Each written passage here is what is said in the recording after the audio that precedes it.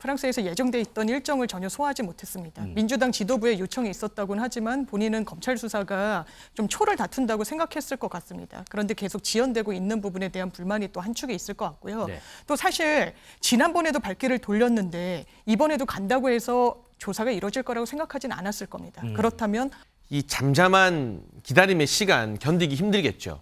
왜냐하면 수사가 점점 옥죄어 오니까요. 하지만 수사의 순서상 송영길 전 대표는 마지막에 그러니까 돈 봉투를 만들고 준 사람들, 받은 사람들까지 전부 다 수사한 다음 마지막 퍼즐로 검찰이 소환을 할 수밖에 없는 것입니다. 네.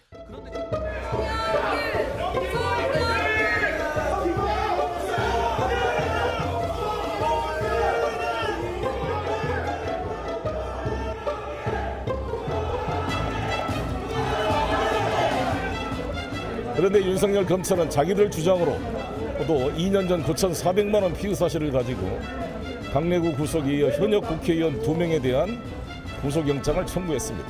명확한 증거도 없이 일법 수집된 녹취록 증거만을 가지고 어설프게 그림을 그리고 언론 플레이를 하고 있습니다. 한국회 수사 2부는 없는 증거를 쥐어짜고 조작하는 인디언 기우제식 수사를 중단 마무리하고 도이치모터스 주가 조작 사건 수사에 집중할 것을 촉구합니다. 지금이라도 검찰은 비겁하게 저의 주변 사람들을 불러다 억지로 진술을 강요하고 민주당을 이간질시키고 국회의원들을 구속영장 청구할 것이 아니라 저 송영길을 소환하여 구속영장을 청구해 보시기 바랍니다. 송영길 전 민주당 대표가 지난달에 이어서 다시 한번 검찰에 자진 출석했습니다. 하지만 검찰 조사는 이번에도 이루어지지 못했습니다. 미리수 기자, 다시 발길을 돌리는 모습 방금 봤는데 현장 상황이 좀 어땠어요? 네, 일단 지난번 청사 로비에서 발길을 돌린 조금 민망한 상황 이번에도 그랬죠. 그대로 재현이 됐습니다. 변호인이 유선 전화로 검사실에 연락을 했습니다. 송영길 전 대표 만나기 어려우면 나라도 올라가겠다, 변호사라도 만나달라 얘기를 했지만 검찰은 협의된 바가 없다라며 거부를 했습니다. 여기에 송 전 대표는 변호사 면담도 안 되냐라고 변호에게 재차 확인을 받은 다음에 입장 3분 만에 다시 로비를 빠져나와야 했습니다. 이 조사가 거부된 직후 9시 50분에 송 전 대표 자신의 SNS에 이 장문의 글을 올렸는데요. 네네. 200자 원고지 22장 분량입니다. 미리 작성한 것으로 추정이 되고 있고요. 네. 이런 상황 다 예견을 했는지 곧바로 포토라인에 서서 본인의 입장에 대해서도 5분, 10분 정도 단호한 어조로 읽어 내려갔습니다. 질의응답까지 모두 마친 송 전 대표는요, 중앙지검 앞으로 이동을 해서 주변 사람 괴롭히지 말고 나를 구속하라, 이런 문구가 적힌 피켓을 들고 조금 전 오후 1시까지 1인 시위를 이어갔습니다. 자, 오후 1시까지 1인 시위를 이어간 송영길 전 대표. 그런데 오늘 자리에서요, 검찰에게 이른바 깡통 휴대폰을 제출했다는 논란이 있었죠. 이와 관련해서 반박하는 얘기도 했는데 그 얘기 좀 듣고 오겠습니다. 이른바 깡통폰을 제출한 걸 두고 검찰은 깡통폰이 아닙니다. 제가 프랑스 갈 때 한국 핸드폰을 폐기했어요. 한국 폰을 로비했으면 전화 요금도 많이 나오고, 프랑스에서 구글 맵으로 약속 장소를 찾아가거나 뭘 할 때 프랑스 폰이 아니면 불가능합니다. 그래서 학교에서 제공한 유심 카드를 가지고 프랑스 폰을 썼던 거고요. 제가 귀국해서 새로 핸드폰을 사가지고 일주일 쓴 거예요, 일주일. 그거 제출해서 제출한 겁니다. 그걸 증거인멸 정황으로 보고 있는 검찰의 주장은 틀렸다는 말씀이신 거죠? 뭐 한동훈 장관부터 증거인멸죄로 그건 처벌해야죠. 그런 논리라면.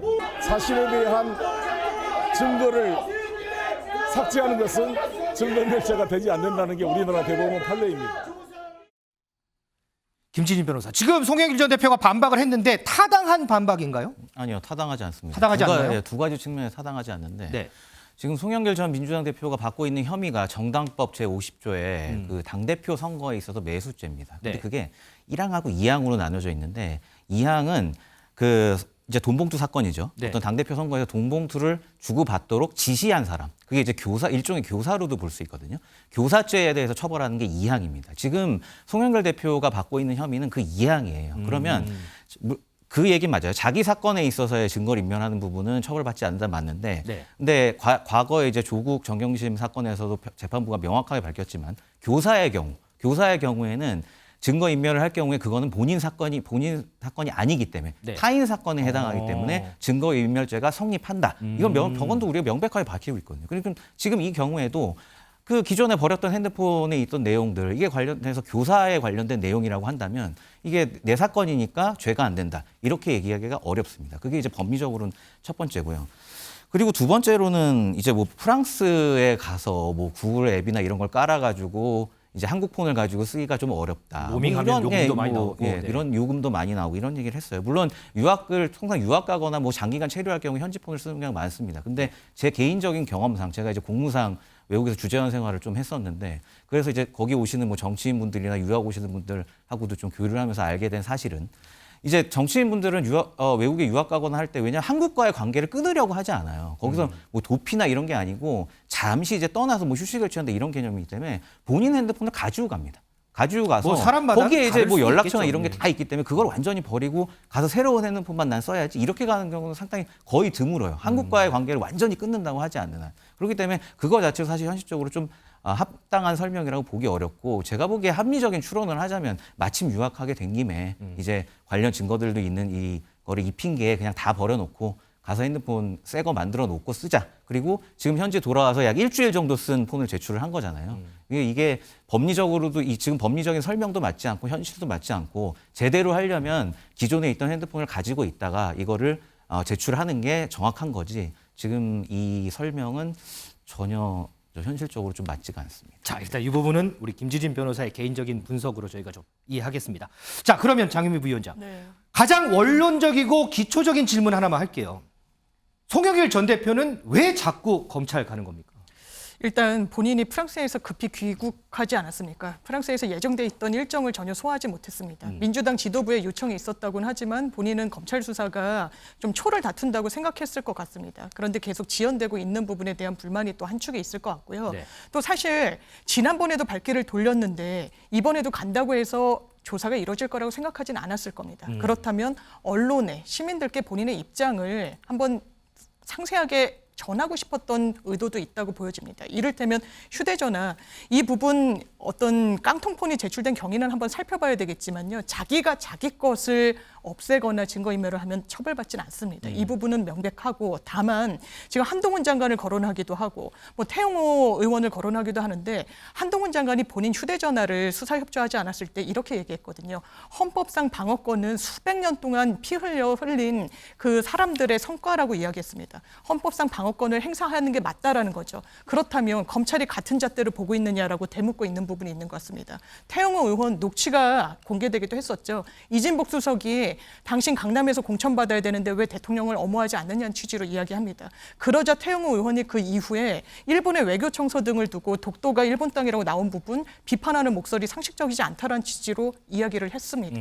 이렇다면 이게 공천과 관련한 거래가 있었다고 보여지는 부분이 분명히 있는데 수사는 전혀 이루어지지 않고 녹취, 이정근 녹취록과 관련해서 송영길 대표는 왜 이쪽만 향해서 수사가 되느냐라는 그 형평성을 얘기하고 싶었던 것 같습니다. 장혜찬 최고위원도 좀 비슷하다고 보세요? 아니면 다른 의견이 있으세요? 저는 지금 송영길 전 대표의 판단력이 지금 총체적으로 무너져 내리는 과정이 아닌가. 이게 이 잠잠한 기다림의 시간 견디기 힘들겠죠. 왜냐하면 수사가 점점 옥죄어 오니까요. 하지만 수사의 순서상 송영길 전 대표는 마지막에 그러니까 돈 봉투를 만들고 준 사람들, 받은 사람들까지 전부 다 수사한 다음 마지막 퍼즐로 검찰이 소환을 할 수밖에 없는 것입니다. 네. 그런데 자꾸 이렇게 본인을 드러내는 것은 제가 봤을 때 이후에 수사 과정이나 재판에도 도움이 안 되고 뭐 민주당을 바라보는 여론에도 도움이 안 돼요. 탈당했다고 하지만 송영길 전 대표를 민주당 사람 아니라고 국민 누가 여기겠습니까? 계속해서 돈봉투 문제가 국민들 앞에 다시 한번 환기가 되는 거잖아요. 그러니까 이 기다림의 시간을 견디지 못하고 뭔가 검찰이 정치 공세를 하는 것처럼 만들고는 싶은데 그런데 이게 과연 송영길 전 대표 본인이나 민주당에게 도움이 되는 효과적인 방식일까? 오히려 저는 가만히 있는 게 본인에게도 낫고 민주당에게도 더 조금이라도 도움이 되는 길이라고 생각합니다. 우리 두 분의 패널의 생각을 들어봤는데 그러면 한동훈 법무부 장관은 과연 어떻게 생각을 할까요? 얘기한 게 있거든요. 한번 들어보시죠.